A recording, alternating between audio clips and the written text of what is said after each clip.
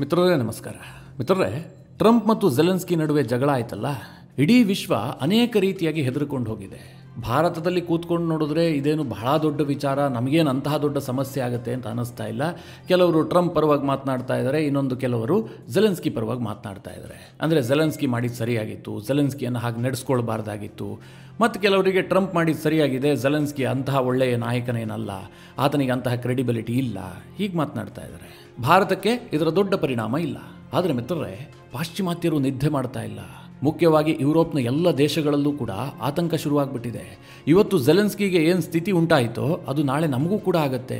ಉಕ್ರೇನ್ಗೆ ಈಗ ಯಾವ ಸ್ಥಿತಿ ಬಂದಿದೆಯೋ ಅದೇ ನಾಳೆ ನಮಗೂ ಬರಬಹುದು ಅಂತ ಯುರೋಪ್ನ ರಾಷ್ಟ್ರಗಳು ಅಂದ್ಕೊಳ್ಳೋದಕ್ಕೆ ಶುರು ಮಾಡ್ತಾ ಇದ್ದಾವೆ. ಇಷ್ಟೇ ಅಲ್ಲ ಮಿತ್ರರೇ, ಯುರೋಪಿಯನ್ ಯೂನಿಯನ್ ಈಗ ಏನು ಹೇಳ್ತಾ ಇದೆ ಅಂತಂದರೆ, ನಮಗೆ ಹೊಸ ನಾಯಕ ಬೇಕು, ನಾವಿನ್ನು ಅಮೆರಿಕವನ್ನು ನಂಬಿಕೊಂಡು ಕೂರೋದಕ್ಕೆ ಸಾಧ್ಯ ಇಲ್ಲ, ಅಮೆರಿಕ ನಮ್ಮನ್ನು ರಕ್ಷಣೆ ಮಾಡುತ್ತೆ ಅಂತ ನಾವಿನ್ನು ಅಂದುಕೊಳ್ಳೋದಿಲ್ಲ ಅಂತ ಯುರೋಪಿಯನ್ ಯೂನಿಯನ್ ಹೇಳ್ತಾ ಇದೆ. ಇಡೀ ಯುರೋಪ್ನ ಎಲ್ಲ ರಾಷ್ಟ್ರಗಳು ಝೆಲೆನ್ಸ್ಕಿಯ ಬೆನ್ನಿಗೆ ನಿಂತಿದ್ದಾವೆ, ನಾವು ನಿಮ್ಮ ಜೊತೆಗಿದ್ದೀವಿ ಅಂತ. ಹಾಗಾದರೆ ಮಿತ್ರರೇ, ಟ್ರಂಪ್ ಮಾಡಿದ್ದು ನಿಜವಾಗ್ಲೂ ಸರಿಯಾಗಿತ್ತಾ? ಟ್ರಂಪ್ ಅವರ ಈ ನಿರ್ಧಾರದಿಂದ ವಿಶ್ವದಲ್ಲಿ ಏನೇನು ಬದಲಾವಣೆ ಆಗಬಹುದು, ಯುರೋಪ್ನಲ್ಲಿ ಏನು ಬದಲಾವಣೆ ಆಗುತ್ತೆ, ಜಾಗತಿಕವಾಗಿ ಇದರ ಪರಿಣಾಮ ಏನು, ಟ್ರಂಪ್ ಸರಿ ಮಾಡಿದಾರಾ ತಪ್ಪು ಮಾಡಿದಾರಾ, ಇದೆಲ್ಲದರ ಬಗ್ಗೆ ಈ ವಿಡಿಯೋದಲ್ಲಿ ನಿಮಗೆ ಡೀಟೇಲ್ ಆಗಿ ತಿಳಿಸ್ತೀನಿ. ನೀವು ಈ ವಿಡಿಯೋನ ಕೊನೆವರೆಗೂ ಮಿಸ್ ಮಾಡದೆ ನೋಡಿ. ಮಿತ್ರರೇ, ಎರಡನೇ ಮಹಾಯುದ್ಧ ಆದ ಬಳಿಕ ಇಡೀ ವಿಶ್ವದ ನೇತೃತ್ವವನ್ನು ಅಮೆರಿಕ ವಹಿಸಿಕೊಂಡಿತ್ತು.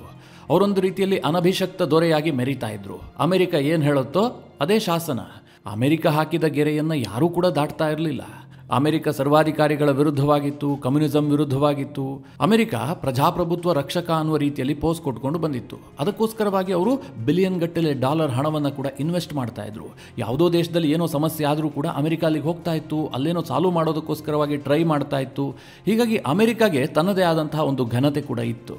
ಆದರೆ ಟ್ರಂಪ್ ಮತ್ತು ಝೆಲೆನ್ಸ್ಕಿ ನಡುವೆ ಒಂದು ಮಾತುಕತೆ ಆಯ್ತಲ್ಲ, ಆ ಮಾತುಕತೆಯ ಬಳಿಕ ಇಡೀ ಅಮೆರಿಕದ ಕ್ರೆಡಿಬಿಲಿಟಿಯೇ ಸರ್ವನಾಶ ಆಗಿ ಹೋಗ್ಬಿಟ್ಟಿದೆ ಅಂತ ಇವತ್ತು ಕೆಲವರು ಟೀಕೆ ಮಾಡ್ತಾ ಇದ್ದಾರೆ. ಆ ರೀತಿಯಾದಂತಹ ವಿಶ್ಲೇಷಣೆಗಳನ್ನು ಮಾಡ್ತಾ ಇದ್ದಾರೆ.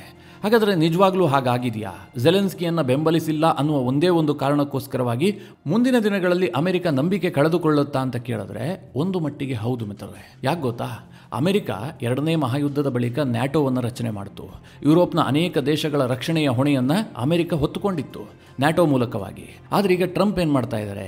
ಇಡೀ ನ್ಯಾಟೋ ಕೂಟವನ್ನೇ ಬಲ ಕಳೆದುಕೊಳ್ಳುವಂತೆ ಮಾಡ್ತಾ ಇದ್ದಾರೆ.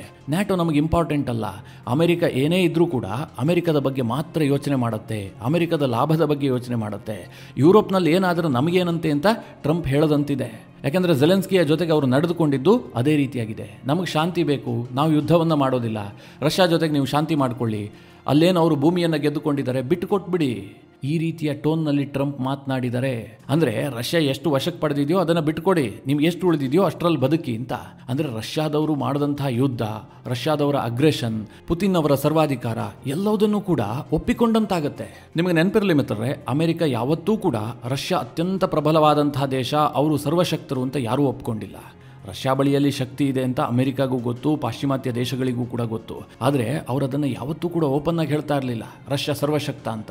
ಅಮೆರಿಕ ಈಗ ಹೇಳ್ತಾ ಇದೆ, ಟ್ರಂಪ್ ಅವರು ಸ್ವತಃ ಹೇಳ್ತಾ ಇದ್ದಾರೆ, ರಷ್ಯಾ ಏನಾದರೂ ಮನಸ್ಸು ಮಾಡಿದ್ರೆ ನಿಮ್ಮ ಯುದ್ಧ 3 ದಿನದಲ್ಲಿ ಮುಗಿದು ಹೋಗುತ್ತೆ. ನಾವು ಸಪೋರ್ಟ್ ಮಾಡಿದ ಕಾರಣದಿಂದಾಗಿ 3 ವರ್ಷ ನೀವು ಯುದ್ಧ ಮಾಡಿದಿರಿ ಅಷ್ಟೇ, ನಿಮ್ಮ ಬಳಿಯಲ್ಲಿ ಸೈನಿಕರಿಲ್ಲ, ನಿಮ್ಮ ಬಳಿಯಲ್ಲಿ ಏನೂ ಕೂಡ ಇಲ್ಲ, ನಮ್ಮ ಸಪೋರ್ಟ್ನಿಂದಾಗಿ ನೀವು ನಿಂತ್ಕೊಂಡಿದ್ದೀರಿ, ರಷ್ಯಾ ಸರ್ವಶಕ್ತ.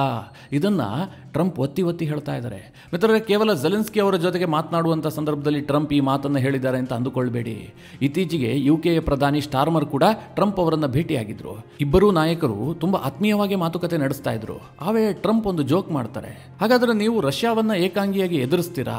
ಹೀಗೊಂದು ಮಾತನ್ನ ಸ್ಟಾರ್ಮರ್ ಮುಂದೆ ಟ್ರಂಪ್ ತೇಲಿ ಬಿಡ್ತಾರೆ. ಸ್ಟಾರ್ಮರ್ ನಗಾಡ್ಬಿಡ್ತಾರೆ. ಅದು ಯುರೋಪ್ನಲ್ಲಿ ಸಾಕಷ್ಟು ಟ್ರೋಲ್ ಆಗುತ್ತೆ. ಯಾಕೆ ಗೊತ್ತಾ? ಇವತ್ತು ಯುರೋಪ್ನ ಪರಿಸ್ಥಿತಿ ಏನಾಗಿದೆ ಅಂತಂದರೆ, ವಿತೌಟ್ ಅಮೆರಿಕ ಯುರೋಪ್ನ ಯಾವುದೇ ದೇಶವೂ ಕೂಡ ರಷ್ಯಾವನ್ನು ಎದುರಿಸಲಾರದಂತಹ ಸ್ಥಿತಿಗೆ ಬಂದು ತಲುಪಿದ್ದಾವೆ. ಇವತ್ತು UK ಕೂಡ ನ್ಯೂಕ್ಲಿಯರ್ ಪವರ್ ದೇಶ, ಫ್ರಾನ್ಸ್ ಕೂಡ ನ್ಯೂಕ್ಲಿಯರ್ ಪವರ್ ದೇಶ, ಅವರು ಶಸ್ತ್ರಾಸ್ತ್ರಗಳನ್ನು ರಫ್ತು ಮಾಡುವಂತಹ ದೇಶವೂ ಕೂಡ ಹೌದು. ತನ್ನ ಬಳಿಯಲ್ಲೇ ಅತ್ಯಾಧುನಿಕವಾದಂತಹ ತಂತ್ರಜ್ಞಾನವನ್ನು ಹೊಂದಿದ್ದಾರೆ. ಆದರೂ ಕೂಡ ರಷ್ಯಾವನ್ನು ಎದುರಿಸೋದಕ್ಕೆ ಸಾಧ್ಯ ಇಲ್ಲ, ಏಕಾಂಗಿಯಾಗಿ ಎದುರಿಸೋದಕ್ಕಾಗೋದಿಲ್ಲ. ನಾಳೆ UK ಮೇಲೆ ರಷ್ಯಾ ಏನಾದರೂ ದಂಡೆತ್ತಿ ಬಂದಿದ್ದೇ ಆದರೆ UK ಒಂಟಿಯಾಗಿ ರಷ್ಯಾವನ್ನು ಎದುರಿಸೋದಕ್ಕೆ ಸಾಧ್ಯವೇ ಇಲ್ಲ. ಅಲ್ಲಿ ನ್ಯಾಟೋ ಪಡೆಗಳು ಬರಬೇಕು, ಅಮೆರಿಕ ಬರಬೇಕು. ಆಗ ಮಾತ್ರ UK ಆ ಯುದ್ಧವನ್ನು ಗೆಲ್ಲುವಂತಹ ಪರಿಸ್ಥಿತಿ ಇದೆ, ಇಲ್ಲದೆ ಹೋದರೆ ಸಾಧ್ಯ ಇಲ್ಲ. ಇದರ ಅರ್ಥ ಏನು ಕೇಳಿದ್ರೆ, ಇಡೀ ಯುರೋಪ್ ಅಷ್ಟು ವೀಕ್ ಆಗಿದೆ. ಇದನ್ನ ಈಗ ಯುರೋಪಿಯನ್ ಯೂನಿಯನ್ ಕೂಡ ಸೀರಿಯಸ್ ಆಗಿ ಪರಿಗಣಿಸ್ತಾ ಇದೆ. ಇನ್ನು ನಾವು ಅಮೆರಿಕವನ್ನು ನಂಬಿಕೊಂಡು ಕೂತ್ರೆ ಸಾಧ್ಯವೇ ಇಲ್ಲ. ನಾಳೆ ನಾವು ದೊಡ್ಡ ಸಂಕಷ್ಟವನ್ನು ಎದುರಿಸ್ತೀವಿ. ಇವತ್ತು ಉಕ್ರೇನ್ಗೆ ಏನು ಪರಿಸ್ಥಿತಿ ಆಗಿದೆಯೋ ಇದು ನಾಳೆ ಜರ್ಮನಿಗೂ ಆಗಬಹುದು, ಫ್ರಾನ್ಸ್ಗೂ ಆಗಬಹುದು, ಅಥವಾ ಯುಕೆಗೂ ಕೂಡ ಆಗಬಹುದು.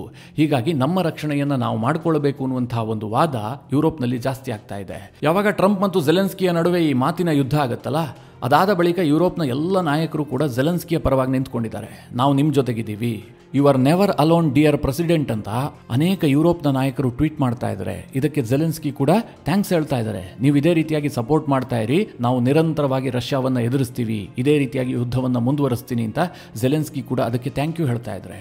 ಜೊತೆಗೆ ಯುರೋಪ್ನ ನಾಯಕರು ಹೇಳ್ತಾ ಇದ್ದಾರೆ, ಸ್ವತಂತ್ರವಾದಂತಹ ವಿಶ್ವಕ್ಕೆ ಹೊಸ ನಾಯಕ ಬೇಕು, ಹೀಗಂತ ಯುರೋಪ್ನ ಲೀಡರ್ ಮಾತನಾಡೋದಕ್ಕೆ ಶುರು ಮಾಡಿದ್ದಾರೆ. ಮಿತ್ರರೇ, ಯಾವಾಗ ಟ್ರಂಪ್ ಅಮೆರಿಕದಲ್ಲಿ ಗೆದ್ರೋ ಆ ತಕ್ಷಣವೇ ಫ್ರೆಂಚ್ ಪ್ರೆಸಿಡೆಂಟ್ ಇಮ್ಯಾನ್ಯುಯಲ್ ಮ್ಯಾಕ್ರೋನ್ ಒಂದು ಸ್ಟೇಟ್ಮೆಂಟ್ ಅನ್ನು ಕೊಟ್ಟಿದ್ರು. ಇವತ್ತು ಅಮೆರಿಕನ್ನರು ಅಮೆರಿಕಾಗೋಸ್ಕರವಾಗಿ ಟ್ರಂಪ್ ಅವರನ್ನು ಎಲೆಕ್ಟ್ ಮಾಡಿಕೊಂಡಿದ್ದಾರೆ. ಇನ್ಮುಂದೆ ಅಮೆರಿಕದ ಚಿಂತನೆಯಲ್ಲೇ ಮುಳುಗಿರುತ್ತೆ. ಹೀಗಾಗಿ ನಮ್ಮ ರಕ್ಷಣೆಯನ್ನು ನಾವು ಮಾಡಿಕೊಳ್ಳಬೇಕಾದಂತಹ ಅನಿವಾರ್ಯತೆ ಇದೆ ಅಂತೇಳಿ ಫ್ರೆಂಚ್ ಪ್ರೆಸಿಡೆಂಟ್ ಇಮ್ಯಾನ್ಯುಯಲ್ ಮ್ಯಾಕ್ರೋನ್ ಹೇಳಿದ್ರು. ಇದರ ಅರ್ಥ ಏನು ಕೇಳಿದ್ರೆ, ಅಮೆರಿಕ ಇನ್ಯಾವತ್ತೂ ಕೂಡ ಯುರೋಪ್ನ ರಕ್ಷಣೆಗೆ ಬರೋದಿಲ್ಲ. ಹೇಗಿದೆ ಪರಿಸ್ಥಿತಿ ಅಂತಂದ್ರೆ, ರಷ್ಯಾ ಇವತ್ತು ಉಕ್ರೇನ್ ಮೇಲೆ ಯುದ್ಧ ಮಾಡ್ತಾ ಇದೆ, ಉಕ್ರೇನ್ನ ಬಹುಭಾಗವನ್ನು ಗೆದ್ದುಕೊಂಡಿದೆ. ನಾಳೆ ಇದು ಬಾಲ್ಟಿಕ್ ದೇಶದ ಮೇಲೂ ಕೂಡ ಯುದ್ಧ ಮಾಡಬಹುದು. ರಷ್ಯಾ ನಾರ್ವೆನೋ ಸ್ವೀಡನ್ ಮೇಲೂ ಕೂಡ ಯುದ್ಧ ಮಾಡಬಹುದು. ಆಗ ಅಮೆರಿಕ ಏನು ಹೇಳುತ್ತೆ, ರಷ್ಯಾ ಜೊತೆಗೆ ಒಪ್ಪಂದ ಮಾಡ್ಕೊಳ್ಳಿ, ಶಾಂತಿ ಒಪ್ಪಂದ ಮಾಡಿಕೊಂಡು ನೀವು ಮುಂದುವರಿರಿ ಅಂತ ಅಮೆರಿಕ ಸಲಹೆ ಕೊಟ್ಟು ಸುಮ್ಮನೆ ಕೂರುತ್ತೆ. ಸಹಾಯಕ್ಕೆ ಬರೋದಿಲ್ಲ, ರಕ್ಷಣೆಗೂ ಕೂಡ ಬರೋದಿಲ್ಲ. ಇದಕ್ಕೆ ಯುರೋಪ್ನ ದೇಶಗಳು ಹೇಳ್ತಾ ಇದ್ದಾವೆ, ನಮ್ಮ ರಕ್ಷಣೆಯನ್ನು ನಾವೇ ಮಾಡಿಕೊಳ್ಬೇಕು.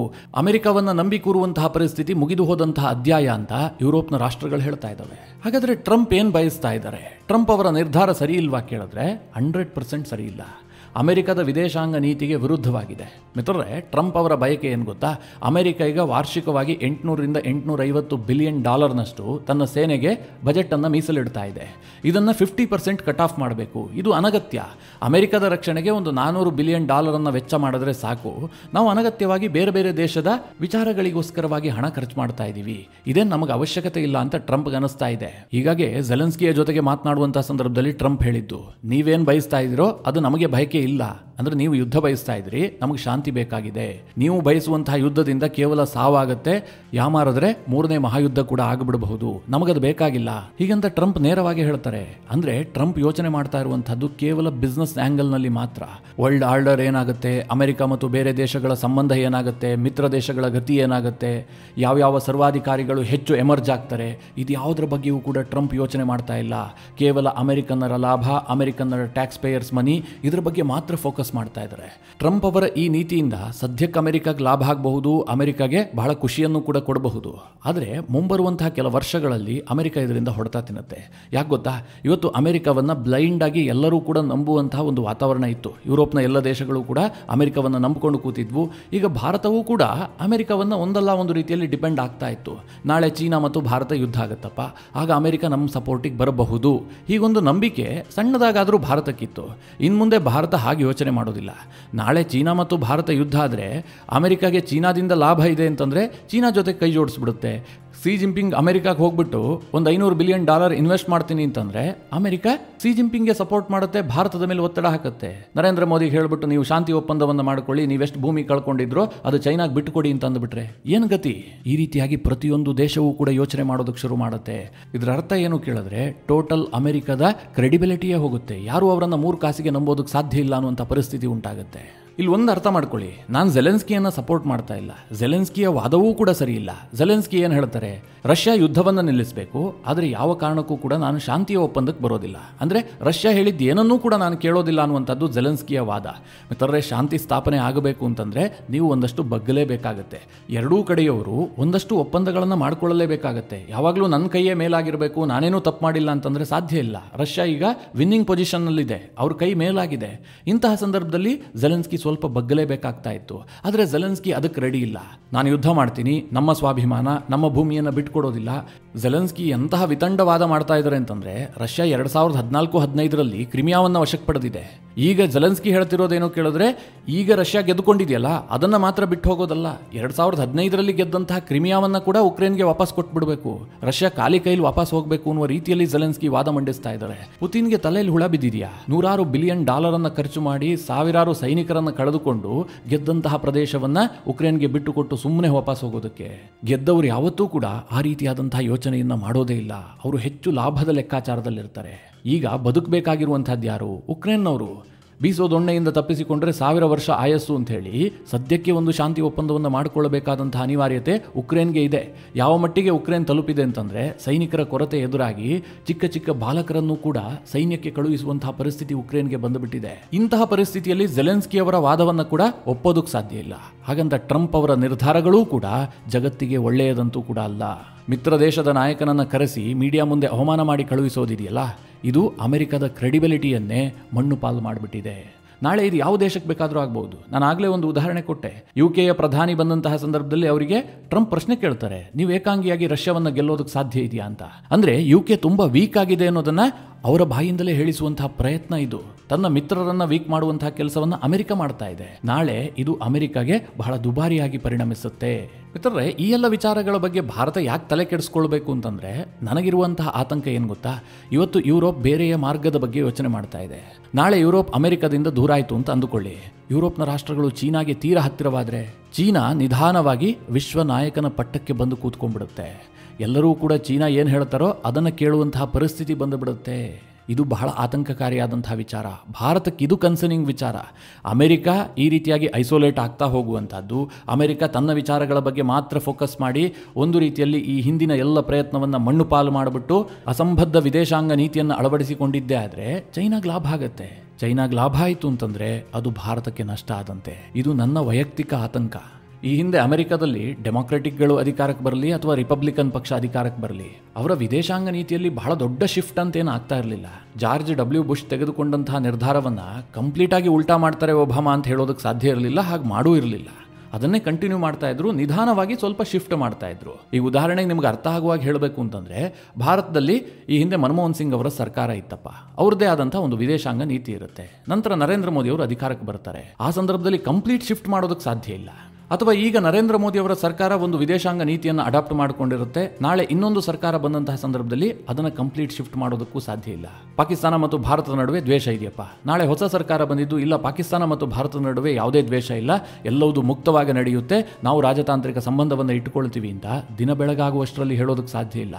ಒಂದು 4-5 ವರ್ಷದಲ್ಲಿ ನಿಧಾನವಾಗಿ ಶಿಫ್ಟ್ ಮಾಡಬಹುದು. ಆದರೆ ಟ್ರಂಪ್ ಏನು ಮಾಡ್ತಾ ಇದ್ದಾರೆ ಗೊತ್ತಾ? Complete shift. ಬೈಡನ್ ಸರ್ಕಾರ ಏನು ವಿದೇಶಾಂಗ ನೀತಿಯನ್ನು ಹೊಂದಿತ್ತೋ ಅದಕ್ಕೆ ತದ್ವಿರುದ್ಧವಾದಂತಹ ವಿದೇಶಾಂಗ ನೀತಿಯನ್ನು ಅನುಸರಿಸ್ತಾ ಇದೆ. ರಷ್ಯಾ ನಂಬರ್ 1 ಎನಿಮಿ ಅಂತ ಪರಿಗಣಿಸಿದ್ದಂತಹ ಬೈಡನ್ ಇವತ್ತು ಟ್ರಂಪ್, ರಷ್ಯಾ ನಮಗೂ ಮಿತ್ರ ದೇಶ, ಅವರ ಬಳಿಯಲ್ಲಿ ಶಕ್ತಿ ಇದೆ, ನಾವು ಅವರನ್ನು ಎದುರಾಕೊಳ್ಳಬಾರದು ಅನ್ನುವಂತಹ ನೀತಿಗೆ ಟ್ರಂಪ್ ಮೊರೆ ಹೋಗ್ತಾ ಇದ್ದಾರೆ. ಇದು ಇಡೀ ವಿಶ್ವಕ್ಕೆ ಒಂದು ಆತಂಕವನ್ನು ತಂದಿಟ್ಟಿದೆ. ಮಿತ್ರರೇ, ಈ ಬಗ್ಗೆ ನಿಮಗೇನು ಅನಿಸುತ್ತೆ? ನಿಮ್ಮ ಅನಿಸಿಕೆ ಅಭಿಪ್ರಾಯವನ್ನು ಕಮೆಂಟ್ ಮಾಡುವ ಮೂಲಕ ನಮಗೆ ತಿಳಿಸಿ. ಹಾಗೆ ನಿಮಗೆ ಈ ವಿಡಿಯೋ ಇಷ್ಟವಾದರೆ ಲೈಕ್ ಮಾಡಿ. ಜೊತೆಗೆ ನೀವಿನ್ನೂ ನಿಮ್ಮ ನೆಚ್ಚಿನ ಸಂಸ್ಕಾರ ಸೌರಭ ಯೂಟ್ಯೂಬ್ ಚಾನಲ್ನ ಸಬ್ಸ್ಕ್ರೈಬ್ ಮಾಡಿಲ್ಲ ಅಂತಾದರೆ ಈ ಕೂಡಲೇ ಸಬ್ಸ್ಕ್ರೈಬ್ ಮಾಡಿ. ಮುಂದಿನ ಎಲ್ಲ ಅಪ್ಡೇಟ್ಗಳ ನೋಟಿಫಿಕೇಷನ್ಗಾಗಿ ಬೆಲ್ ಐಕಾನ್ ಒತ್ತಿ.